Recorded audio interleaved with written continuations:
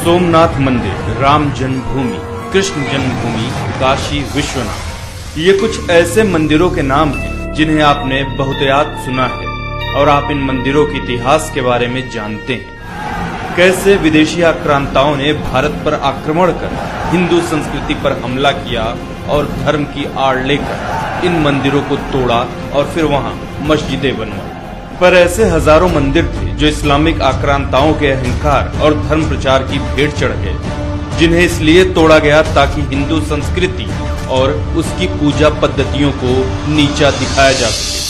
भारत में इस्लामिक आक्रमणों की शुरुआत अरब आक्रांता मोहम्मद बिन कासिम के सिंध पर आक्रमण करने से शुरू हुई। 710 ईस्वी में सिंध के राजा दाहिर को हराकर उसने इस्लामिक आक्रांताओं के लिए भारत के रास्ते खोल दिए थे। मोहम्मद बिन कासिम की सिंध पर फतह के बाद इस्लामिक लुटेरे और आक्रमणकारियों का एक लंबा इतिहास है, जिन्होंने हिंदू, बौद्ध, जैन धर्मस्थलों को तोड़ा और कुछ पर मस्जिदें भी बनाई। महमूद गजनी के सोमनाथ पर हमला कर पवित्र ज्योतिर्लिंग को तोड़ने का इतिहास हम सब जानते हैं। कहा जाता है कि महमूद सिर्फ धन दौलत लूटने हिंदुस्तान आया था, पर अगर उसका उद्देश्य सिर्फ लूटपाट होता तो पुजारियों के आग्रह के बावजूद ज्योतिर्लिंग को नहीं तोड़ता। महमूद गजनी के बाद दिल्ली सल्तनत का इतिहास पवित्र हिंदू मंदिरों को तोड़कर उन पर मस्जिदें बनवाने को लेकर भरा पड़ा है। कुतुबुद्दीन ऐबक ने दिल्ली की पहली मस्जिद कुव्वत अल इस्लाम का निर्माण 27 मंदिरों को तोड़कर उनकी सामग्री से करवाया। कुतुब मीनार पर मौजूद शिलालेख में इसका जिक्र साफ साफ किया गया है। सन 1290 से 1320 तक खिलजी वंश का शासन हुआ। अलाउद्दीन खिलजी के सेनापति मलिक काफूर ने दक्षिण भारत के होयसला राज्य पर आक्रमण कर वहां के सभी मंदिरों को तोड़ डाला। सन 1335 से 1378 के बीच मदुरै सल्तनत के सुल्तान गयासुद्दीन मोहम्मद दंगहिनी के अत्याचारों का वर्णन मोरक्की यात्री इब्ने बतूता ने किया, जिसमें उसने बताया कि सुल्तान कैसे मंदिरों को तोड़ता और हिंदू पुजारियों को भालों पर लटकाकर मरने के लिए छोड़ देता। सन 1321 से 1394 के बीच फिरोज शाह तुगलक ने पुरी के जगन्नाथ मंदिर और कांगड़ा देवी मंदिर को नुकसान पहुंचाया। खुद अपनी आत्मकथा तारीख फिरोज शाही में उसने स्वीकार किया कि कैसे उसने पुजारियों पर अत्याचार किए और उन्हें अपने महल के दरवाजे पर मार कर लटका डाला।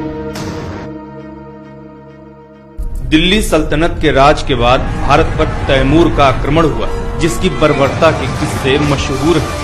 उसने रास्ते पर पड़ने वाले कई मंदिर तोड़े और लोगों की गर्दन काटकर दिल्ली तक मीनारें बनवाई ताकि वापस लौटते वक्त उसे रास्ते की पहचान रहे। सन 1399 में सिकंदर बुत शिकन का प्रादुर्भाव हुआ, जिसने कश्मीर के प्रसिद्ध मार्तंड मंदिर को तोड़ा।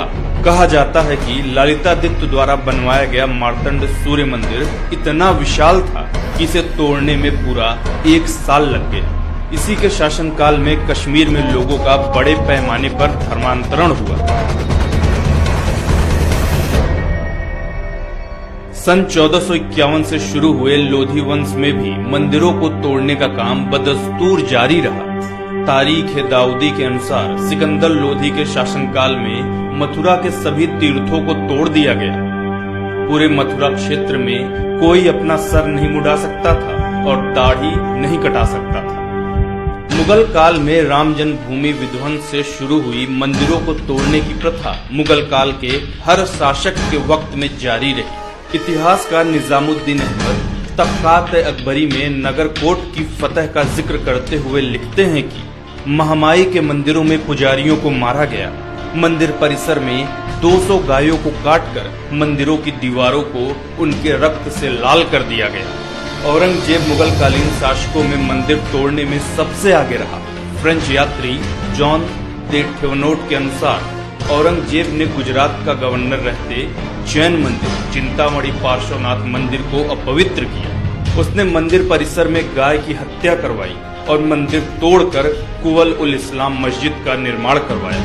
आयरिश इतिहासकार विंसेंट स्मिथ के अनुसार सन 1669 में औरंगजेब ने अपने सभी अधिकारियों को आदेश दिया था कि वो काफिरों के शिक्षा संस्थानों और उनके धर्मस्थलों को तोड़ने के लिए सदैव तैयार रहे।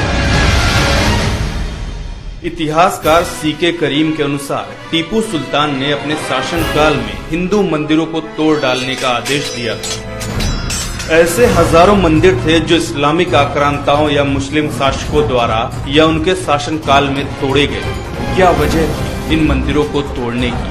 अगर आक्रमण का मकसद लूटपाट था तो सोमनाथ विजय के बाद ज्योतिर्लिंग के 3 टुकड़े क्यों किए गए? अगर आक्रमण का उद्देश्य शासन के लिए राज्य जीतना था तो अयोध्या विजय के बाद जन्मभूमि विध्वंस क्यों कराया गया? अगर आक्रमण का उद्देश्य धर्म प्रचार था तो दिल्ली में पहली मस्जिद बनवाने के लिए 27 हिंदू मंदिरों को क्यों तोड़ा गया? इन सभी उदाहरणों से सहज ही कहा जा सकता है कि इन आक्रमणकारियों के उद्देश्यों में सबसे अहम तौर पर हिंदू सभ्यता और संस्कृति को भ्रष्ट करना शामिल था। मंदिरों को तोड़कर उन्हें अपवित्र कर, पुजारियों को मारकर वे अपनी श्रेष्ठता साबित करना चाहते थे। वे साबित करना चाहते थे कि उनका धर्म बलवान है और हिंदू धर्म कमजोर है। वर्षों बाद आजाद भारत में पहली बार राम जन्मभूमि पर होने जा रहा फैसला इन ऐतिहासिक भूलों को सुधारने की तरफ एक कदम हो सकता है। अपनी सत्ता और ताकत के गुरूर में जिन शासकों ने भारतीय सनातन संस्कृति को बर्बाद करने में कोई कसर नहीं छोड़ी थी, इन मंदिरों का पुनरुद्धार उस पुरातन संस्कृति को सहेजने की तरफ एक छोटा परंतु महत्वपूर्ण कदम साबित होगा।